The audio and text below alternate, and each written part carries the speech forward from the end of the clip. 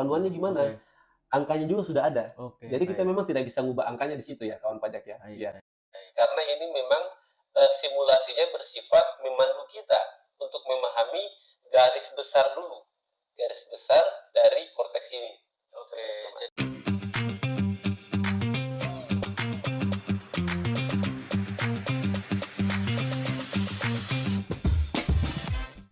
Assalamualaikum warahmatullahi wabarakatuh. Waalaikumsalam warahmatullahi Selamat datang kembali kawan pajak dalam program podcast pajak Ceria. Baik, hadir kembali bersama kami Dian Darmawan. Hai kawan pajak. Selamat datang Mas Dian Darmawan. Ya. Dan Halo, saya Yogi Mustafa yang akan memandu untuk jalannya podcast pada kesempatan kali ini, Mas. Ya.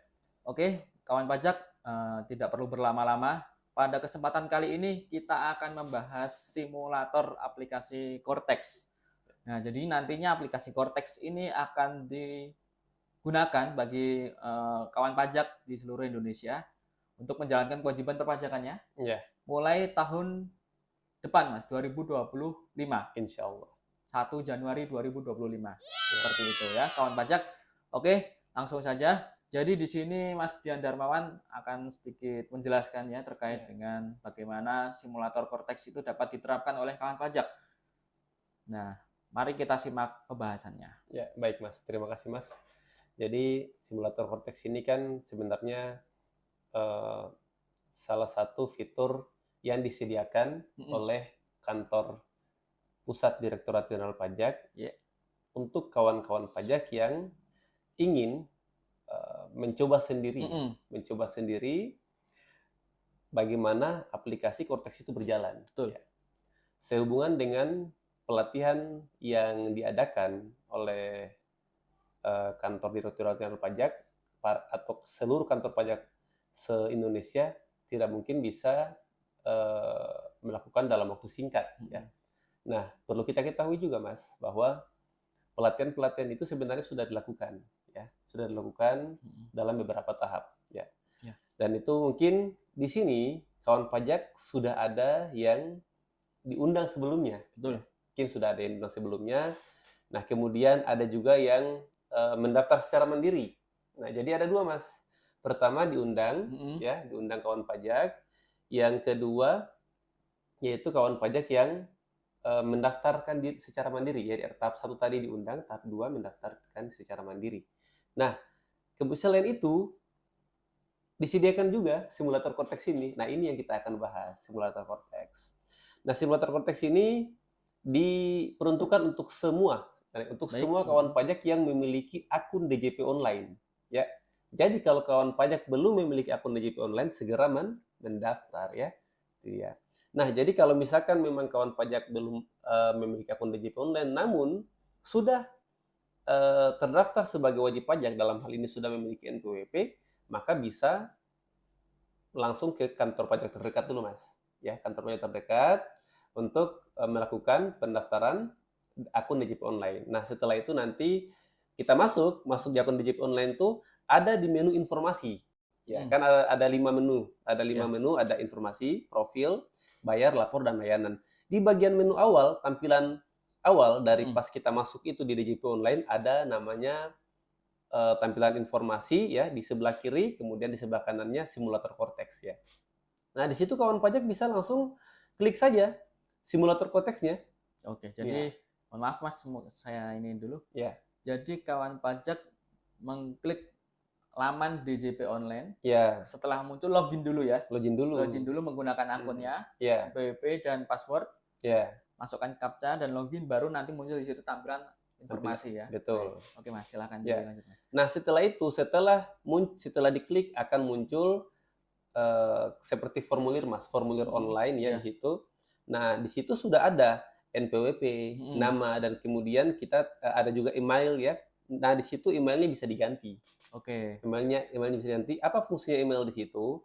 Untuk sebagai konfirmasi dan link menuju Cortex. Menuju Cortex. Iya, menuju Cortex simulator. Ya, seperti itu. Nah, setelah diisi tadi emailnya, kita misalkan perbaharui emailnya. Misalkan kita tidak mau pakai email yang sebelumnya, kita pakai email yang baru, bisa. Kita isi email yang baru, kemudian kita isikan captcha, kemudian submit ya. gitu ya. Biasanya kalau untuk wajib pajak orang pribadi tidak membutuhkan waktu yang cukup lama. Oke. Paling mungkin sekitar 5 sampai 10 menit. Memang di sini secara prosedur ya kita bisa baca di samping prosedurnya itu maksimal 3 hari kerja ya. Maksimal 3 hari kerja. Ya biasa.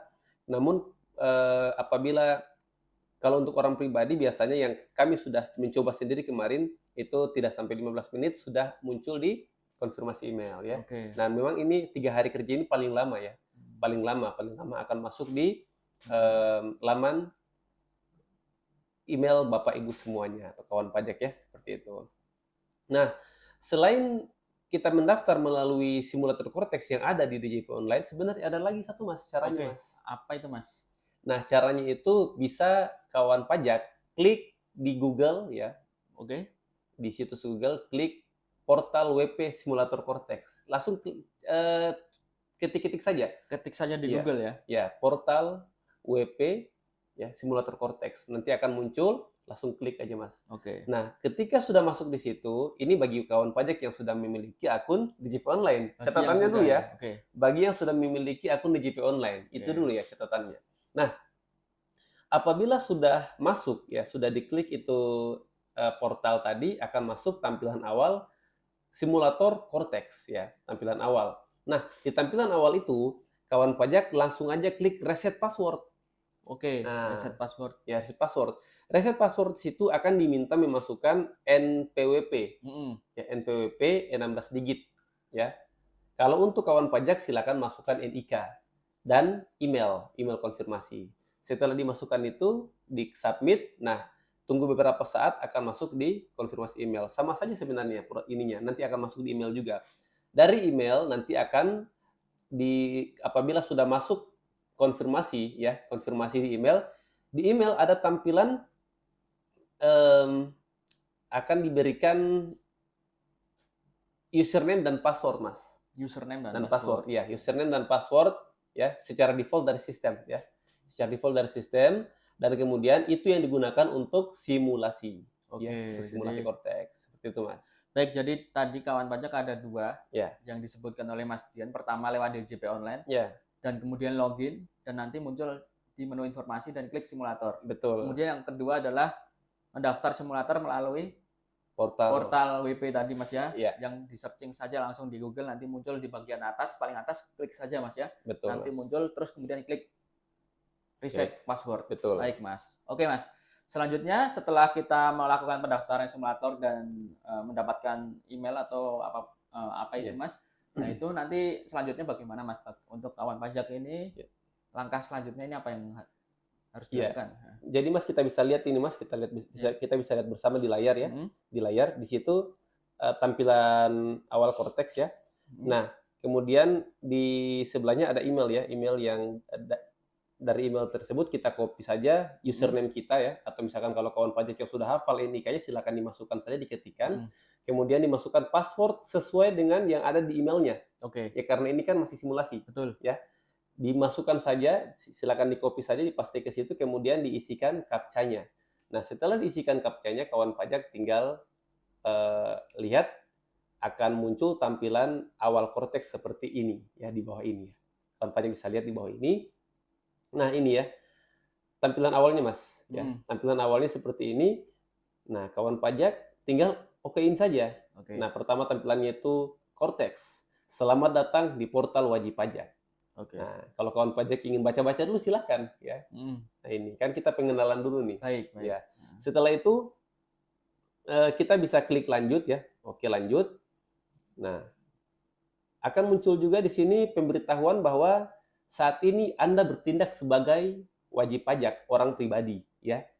Nah, karena memang Cortex ini nantinya kalau misalkan untuk wajib pajak badan itu akan dijalankan oleh pengurusnya, ya. Baik, Mas. Atau PIC-nya, ya, yang sebagai penanggung jawab di perusahaan tersebut. Bukan kita masukin NPWP CV-nya, bukan ya. Tapi kita masukin NPWP PIC atau sebagai misalkan direktur atau misalkan manajer keuangan, ya, manajer perpajakan di situ, ya.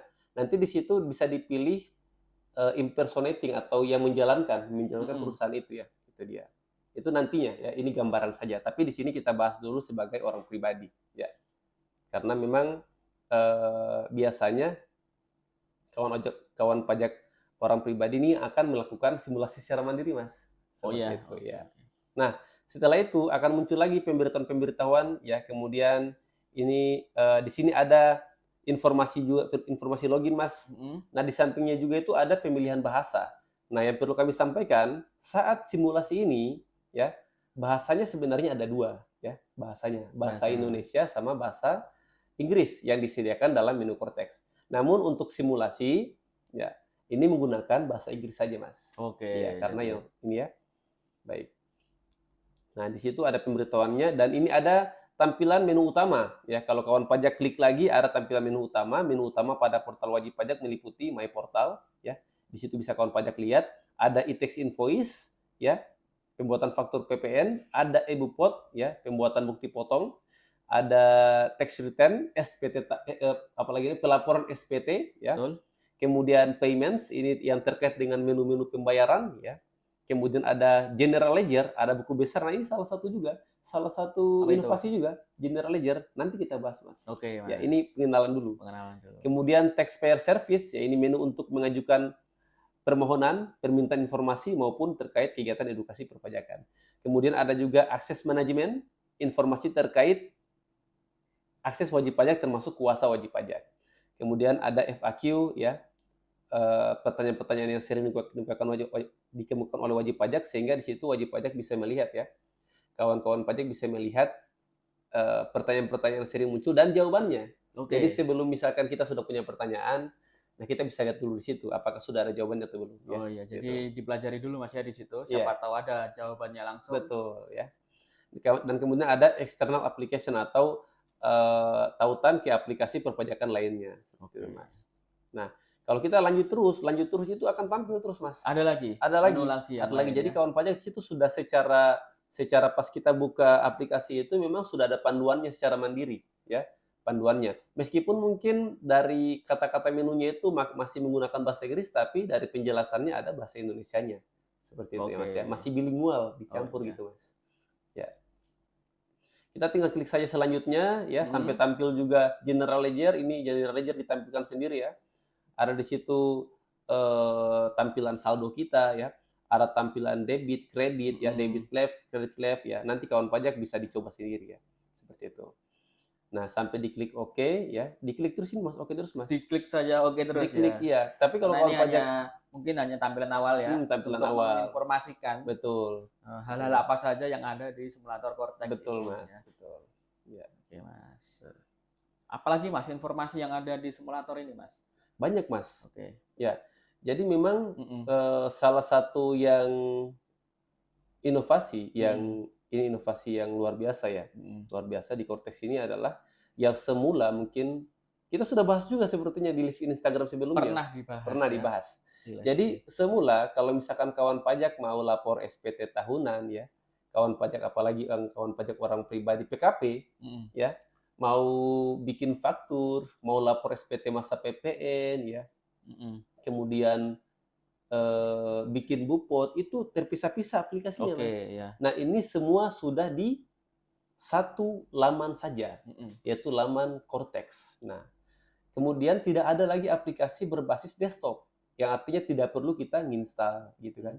Sehingga kita bisa membukanya di mana saja. Ya, mobilitasnya lebih baik. Seperti itu untuk kawan pajak mungkin yang terbiasa simpan komputer kerjanya mungkin di rumah ya. Nah, saat ini mungkin kawan pajak dengan memiliki tab saja ya, meskipun ukuran sedang saja ya, atau yang agak kecil, bisa dibawa kemana-mana, sudah bisa mengakses Cortex ini, Mas. Oke, jadi itu bisa diakses kemana saja ya. Ya.